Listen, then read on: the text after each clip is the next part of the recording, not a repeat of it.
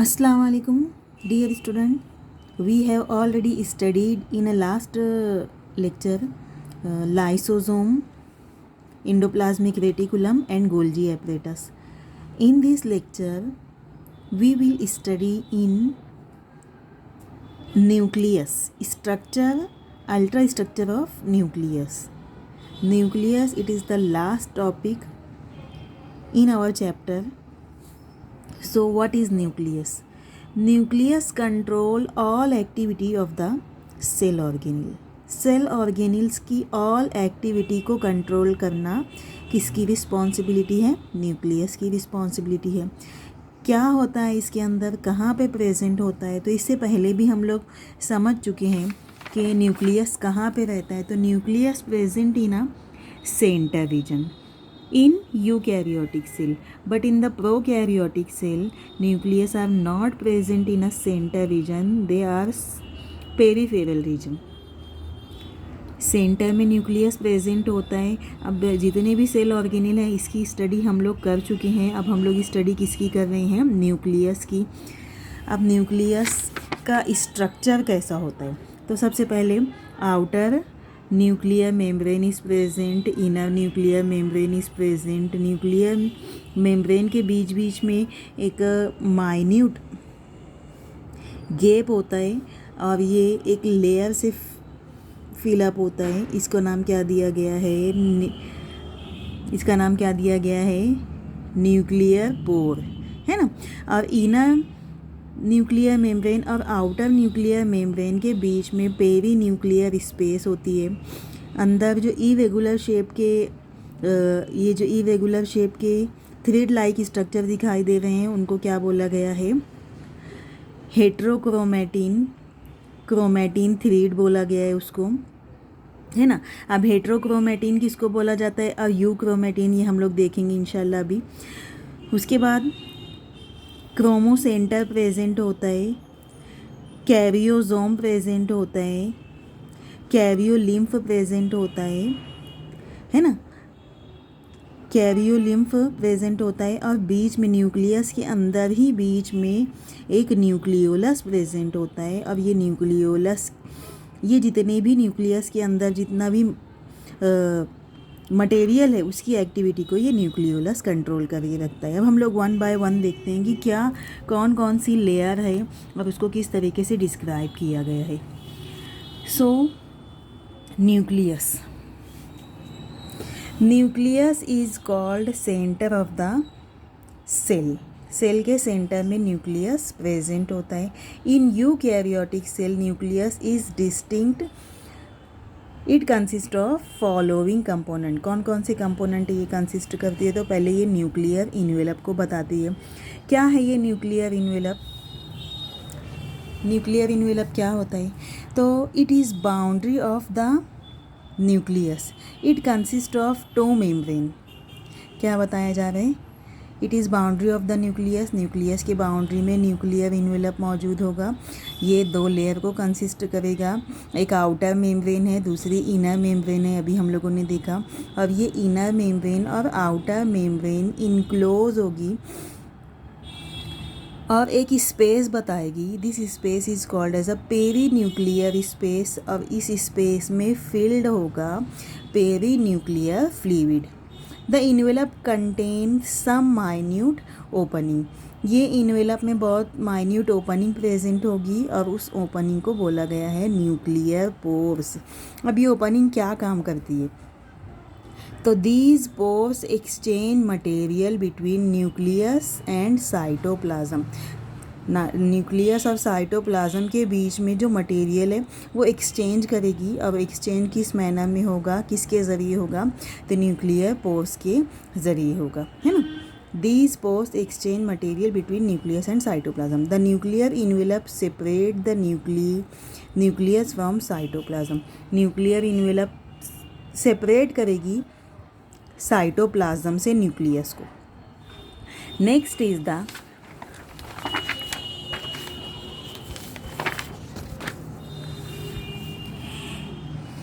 nucleoplasm. Nucleoplasm are also called as a karyolymph.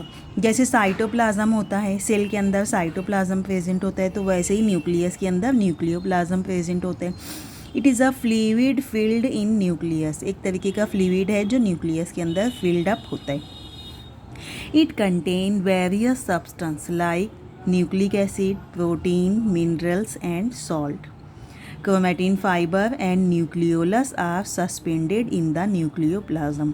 Nucleoplasm के अंदर nucleolus present होगा, उसके अंदर और क्या क्या प्रेजेंट होगा, तो न्यूक्लिक एसिड प्रेजेंट होगा।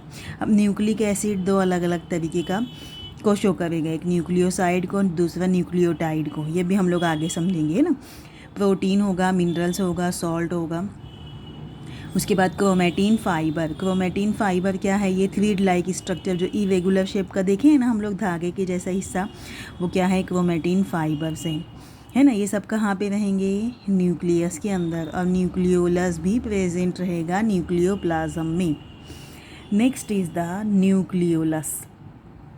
न्यूक्लियोलस कैसा रहता है, a solid small and spherical body present in a nucleus. ये कैसा रहेगा, सॉलिड रहेगा, स्मॉल रहेगा, स्पेरिकल बॉडी रहेगी, और न्यूक्लियस के अंदर प्रेजेंट होगा in between chromatin fibre. Chromatin fibre के बीच में is called as a nucleolus. उसी को क्या बोला गया है, न्यूक्लियोलस बोला गया है। इसके अंदर क्या क्या प्रेजेंट रहेगा, it consist of RNA and ribosome. RNA और राइबोसोम को बताएगा। They carry out protein synthesis, और क्या काम करेगा, ये प्रोटीन सिंथेसिस का काम करेगा, मतलब प्रोटीन को फॉर्म करने का काम करेगा। RNA and ribosome. Ribosome it is a type of cell organelle, जिसका काम ही यही है कि इसको प्रोटीन फैक्ट्री बोला जाता है। Ribosome are also called as a protein factory. Why, because they contain a protein synthesis और formation of protein. And RNA means ribose nucleic acid, इसको क्या बोला गया है, राइबोज न्यूक्लिक एसिड। ये भी आप बायोलॉजी फर्स्ट में इसको और डीप में पढ़ेंगे। Next is the chromatin material. Nucleoplasm contain thin बारीक थ्रेड लाइक धाग्यानुमा स्ट्रक्चर कॉल्ड क्रोमेटिन फाइबर। उसको ही क्या नाम दिया गया है, chromatin fibre. These consist of a DNA and protein. ये क्या कंसिस्ट कर रहे हैं, डीएनए बता रहे और प्रोटीन को बता रहे। इट क्रोमेटिन, देखो अब यहाँ पे एकदम ध्यान से समझो। क्रोमेटिन नेटवर्क में क्रोमेटिन के अंदर क्या क्या मौजूद होता है, एक तो डीएनए मौजूद होता है, दूसरा प्रोटीन मौजूद होता है। अब कुछ हिस्सा क्रोमेटिन नेटवर्क का डीएनए ज़्यादा अमाउंट में डीएनए को बताता है, तो उसको क्या नाम दिया गया है, यूक्रोमेटिन। अब कुछ हिस्सा क्रोमेटिन नेटवर्क का लेस अमाउंट में डीएनए को बताता है, उसका क्या नाम दिया गया है, हेट्रोक्रोमेटिन। अब देखो ये पढ़ो तो, it chromatin some region contain more DNA called as a euchromatin and some region contain less DNA called as a heterochromatin. At the time of division of cell, chromatin become thick and short called as a chromosome. जब cell का division होता है, जब profess, metaphase, telophase, anaphase, अभी cell division पूरा एक chapter इसको आपको पढ़ना है अभी, है ना, तो उसमें आपको और डीप में समझ में आ जाएगा। अभी इतना समझो कि क्रोमेटिन नेटवर्क ये कैसा रहता है, थ्रेड लाइक रहता है, थिन रहता है ना, और इसी को क्रोमेटिन फाइबर बोला जाता है। और इसके अंदर प्रेजेंट होता है डीएनए और प्रोटीन। अब जो क्रोमेटिन फाइबर के अंदर लार्ज अमाउंट में डीएनए प्रेजेंट होता है उसको यूक्रोमेटिन बोला जाता है, और जिस क्रोमेटिन फाइबर के अंदर लेस अमाउंट में डीएनए प्रेजेंट होता है उसको हेट्रोक्रोमेटिन बोला जाता है। During a time of cell division, जब सेल का डिवीज़न होता है उस वक्त ये क्रोमेटिन फाइबर थिन से थिक हो जाता है और स्मॉल हो जाता है। थ्रेड लाइक रहता है ना, तो ये स्मॉल हो जाता है। कब, जब सेल का डिवीज़न होता है, और यही जब थिक और स्मॉल होगा उसी को क्या नाम दिया गया है, क्रोमोज़ोम। तो क्रोमोज़ोम ये क्या है, क्रोमोज़ोम कितनी पेयर हम लोगों की बॉडी के अंदर क्रोमोसोम की होती है? 23 पेयर क्रोमोसोम की हम लोगों की बॉडी के अंदर होती है, जिसमें से 22 पेयर ऑटोसोम कहलाती है और 1 पेयर सेक्स क्रोमोसोम कहलाती है। तो ये भी हम लोग और समझेंगे, है ना। अब इसका फंक्शन क्या है न्यूक्लियस का? तो न्यूक्लियस ट्रांसफ़र कैरेक्टर, न्यूक्लियस क्या काम करता है? कैरेक्टर्स को ट्रांसफ़र करता है ना। It play important role in heredity and variation. इससे पहले भी आप हेरिडिटी और वेरिएशन पढ़ चुके हो, तो what is the meaning of heredity? किसको बोला जाता है हेरिडिटी? तो heredity means similarities between parents and their children is called as heredity. For example, colour of eyes, ear lobe, attach ear lobe और फ्री ईयर लोब, ये सब हम लोगों को कहाँ से मिलता है? हेरिडिटी वाले कैरेक्टर से मिलते हैं हम लोगों को, हमारे पेरेंट्स से मिलते हैं। और variation means dissimilarities between parents and their childrens is called as a variation. During a time of variation mutation is form, evolution is form, है ना। Sorry, not a mutation, evolution is form. कुछ नया आता है ना, वो variation रहता है। पेरेंट्स में वो कैरेक्टर नहीं है, चाइल्ड में आए हैं वो कैरेक्टर, तो वो क्या हुआ? कुछ इर्तिका हुआ, कुछ इवोल्यूशन हुआ उसका। एक ये क्या एक तो ये है कि ये कैरेक्टर को ट्रांसफ़र करता है न्यूक्लियस, दूसरा ये है कि ये हेरिडिटी को कंटेन करता है और वेरिएशन को कंटेन करता है। अब तीसरा ये है कि it control all the activities of the cell organelle. ये सेंटर में मौजूद होता है, तो जितने भी सेल ऑर्गेनिल है उनकी एक्टिविटी को क्या करता है? ये कंट्रोल करके रखता है ना। ये उसका फंक्शन है। अगर आपको एग्ज़ाम में आ रहे न्यूक्लियस लिखने के लिए, तो पहले सबसे पहले अगर 4 मार्क्स का क्वेश्चन पूछा जा रहा है तो आप क्या करेंगे? पहले ये न्यूक्लियस की फ़िगर बनाएंगे। ये न्यूक्लियस की फ़िगर बनाने के बाद एक तो आउटर न्यूक्लियर मेम्ब्रेन, दूसरी ये वाली इनर न्यूक्लियर मेम्ब्रेन, उसके बाद ये अंदर का जो फ्लूइड है इसको क्या नाम दिया गया है? न्यूक्लियोप्लाज्म। उसके बाद यहाँ पे थिन माइन्यूट पोर है, इसको क्या नाम दिया गया है? Nuclear pore. उसके बाद ये थ्रेड लाइक स्ट्रक्चर है, इस थ्रेड लाइक स्ट्रक्चर को क्या बोला गया है? Chromatin fibre. उसके अंदर, न्यूक्लियस के अंदर एक स्मॉल स्फेरिकल सॉलिड बॉडी है जिसको न्यूक्लियोलस बोला गया है। तो ये आपको जितना भी इसमें पॉइंट बताया जा रहा है ना, ये आपको साइड हेडिंग के तौर पे करके लिखना है क्या क्या रहेगा इसके अंदर, है ना। जब भी आपको 4 मार्क्स पूरी मिलेगी। और अगर 2 मार्क्स का सिर्फ क्वेश्चन पूछा जा रहा है तो कभी कभी ऐसा भी होता है कि 2 मार्क्स की सिर्फ फिगर बनाने के लिए आती है, तो फिगर में भी आपको 4 पॉइंट मेंशन करना है कि न्यूक्लियर इन्वेलप क्या है, न्यूक्लियोप्लाज्म क्या है, क्रोमैटिन फाइबर क्या है, न्यूक्लियर पोर क्या है, न्यूक्लियोलस किसको बोला जाता है। Okay, next is the centriole and centromere. अब देखो, सेंट्रियोल किसको बोला जा रहा है और सेंट्रोमेयर किसको बोला जा रहा है ना। तो first of all, centriole and centromere is find out in a during a time of cell division. जब सेल का डिवीज़न होता है उस वक्त हम लोग क्लियरली सेंट्रियोल को और सेंट्रोमेयर को देख सकते हैं। ये क्या होता है? तो मैं आपको सिंपली बता रही हूँ यहाँ पे कि ये कैसा दिखाई देता है। तो जब सेल का डिवीज़न होता है ना, ये सेल का डिवीज़न होता है, उस वक्त सेल के डिवीज़न में ये क्रोमोसोम का स्ट्रक्चर कुछ ऐसा होता है। ये क्रोमोसोम होते हैं, ये क्रोमोसोम होते हैं और 23 पेयर हर एक के अंदर क्रोमोसोम मौजूद है, जिसमें से 22 पेयर ऑटोसोम है,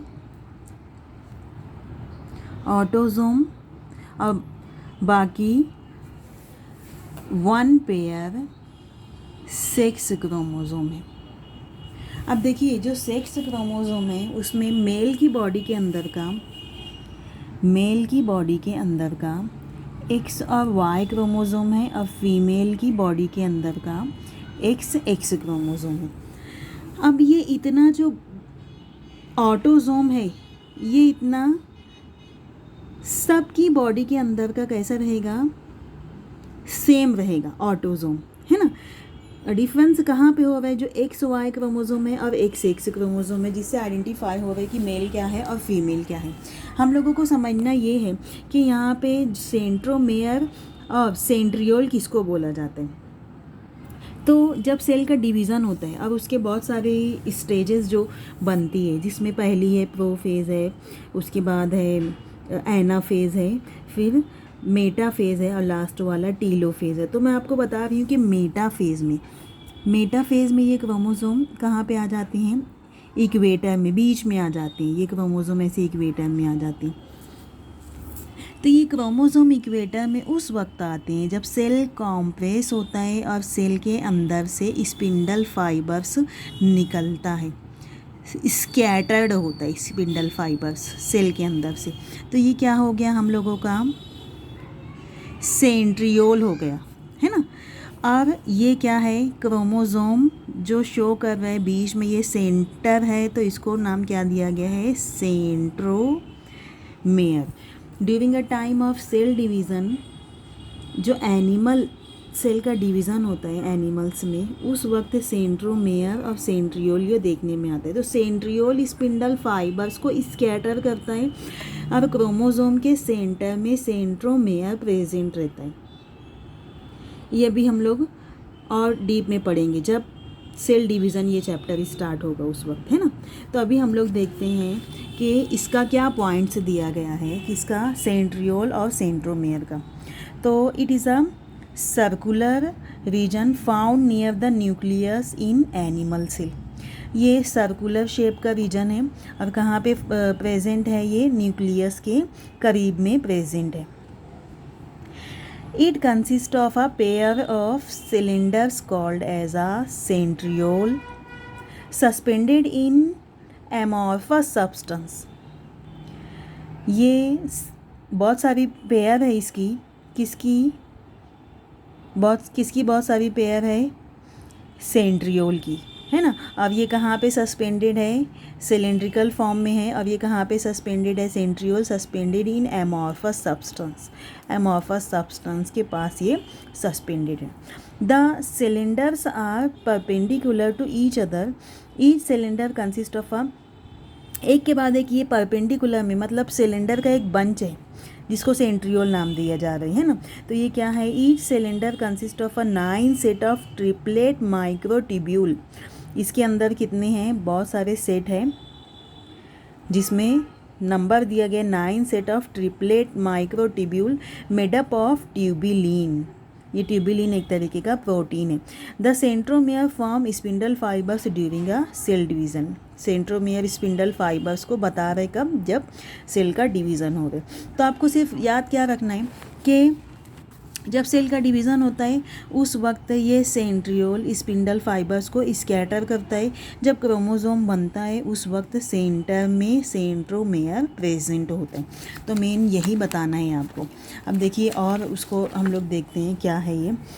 तो centrosome usually near the nucleus of an animal cell. It contain cylindrical structure called as a centriole. वही बताया गया है कि एक सिलेंड्रिकल स्ट्रक्चर बताया जा रहा है, इसको ही सेंट्रियोल नाम दिया गया है। अब ये पेयर शेप में मौजूद है। Each cylinder of centriole is made up of 9 set of triplet microtubules. Proximal of end of centriole looks like a cartwheel। ये एक पहिए के चक्कर पहिए जैसा दिखता है। पहिया किसको बोलेंगे, जो आप देखे होंगे, जो कैसा बताऊँ आपको मैं, ये कार्टव्हील जो पहिया होता है, बड़ी साइज़ का पहिया, तो ये लुक लाइक उसके जैसा ये सेंट्रियोल दिखाई देता है।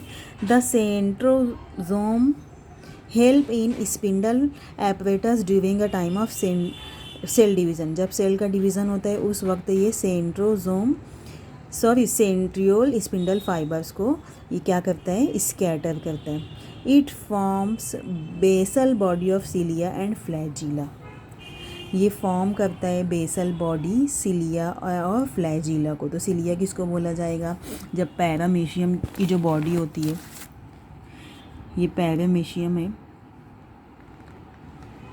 ये पैरामीशियम की बॉडी है, ये सब उसका क्या हुआ? सिलिया हुआ, है ना। इसका नाम क्या दिया गया है? सिलिया। और फ्लैजिला किसको बोला जा रहा है? ये यूग्लिना की बॉडी है। यूग्लिना की बॉडी में एक ये थ्रेड लाइक स्ट्रक्चर है, इसको फ्लैजिला बोला जा रहा है। तो आपका ये चैप्टर यहाँ पे न्यूक्लियस वाला चैप्टर अभी आपका यहाँ पे क्या हुआ है? ख़त्म हुआ है। कौन सा चैप्टर है ये हम लोगों का? Structure of cell, structure and organisation of cell, है ना। चैप्टर का नाम क्या है? Structure and organisation of cell. तो इसमें हम लोग किसकी किसकी स्टडी की है, ये हम लोगों को याद रहना चाहिए। पहले हम लोग क्या देखे थे कि इसका इंट्रोडक्शन देखे थे सेल का। उसके बाद क्या देखे हम लोग? प्रोकैरियोटिक सेल देखे, प्रोकैरियोटिक सेल का स्ट्रक्चर देखे। उसके बाद यूकैरियोटिक सेल देखे, यूकैरियोटिक सेल का भी स्ट्रक्चर देखे। उसके बाद क्या देखे हम लोग? प्लाज्मा मेम्ब्रेन के अंदर फ्लूइड मोज़ाइक मॉडल रहता है। अब ये फ्लूइड मोज़ाइक मॉडल कौन से साइंटिस्ट ने प्रपोज किया है, ये भी देखें हम लोगों ने। उसके बाद इसका डिफरेंट टाइप्स ऑफ सेल ऑर्गेनील। तो सेल ऑर्गेनील कौन कौन सा था? माइटोकॉन्ड्रिया देखे, उसके बाद endoplasmic reticulum, chloroplast, plastid, structure of chloroplast और लाइसोसोम, गोल्जी एपरेटस, है ना। ये सब हम लोग क्या किए हैं? ये सब हम लोग पढ़ चुके हैं। और लास्ट में हम लोग क्या देखे हैं? न्यूक्लियस। तो बच्चों आपको ये जितना भी सेल ऑर्गेनील बताया गया, ये आपको याद रखना है। कहाँ पे प्रेजेंट है, न्यूक्लियस का क्या काम है, क्योंकि आप लोअर स्टैंडर्ड में ये सब की स्टडी करके आए हो, है ना। जो इंग्लिश मीडियम वाले हैं, जो सेमी इंग्लिश से पढ़े हुए हैं, तो वो लोगों को ज़्यादा हार्ड नहीं लगेगा, क्योंकि ये बेसिक उनका हो चुका है इंग्लिश में ही लोअर स्टैंडर्ड में। और जो उर्दू मीडियम वाले हैं उन लोगों के लिए एक एकदम आसान मैं आपको ट्रिक बताती हूँ कि उसको समझना है पहले हम लोगों को कि ये क्या है, कहाँ पे रहता है, और उसके बाद उसको इंग्लिश में याद करना है। तो आपको नोट्स भी दी जाएगी ये तमाम चैप्टर्स की, और आपको स्टडी भी करना है। स्टडी करो, जो डिफ़िकल्टी आए वो आप मुझसे पूछो, है ना। अब यहाँ पे ये जो बहुत सारा इसमें जो पॉइंट है, सिलिया एंड फ्लैजिला है, साइटोस्केलेटन है, राइबोसोम, तो ये सब हम लोगों को नहीं पढ़ना है, क्योंकि ये चैप्टर से डिलीशन है ये सब टॉपिक। और जितना टॉपिक आपको बताया गया है ये नोट्स में भी उतना ही टॉपिक आपको पढ़ना है, ठीक है। बाकी का इंशाल्लाह हम लोग नेक्स्ट चैप्टर स्टार्ट करेंगे अगले लेक्चर से।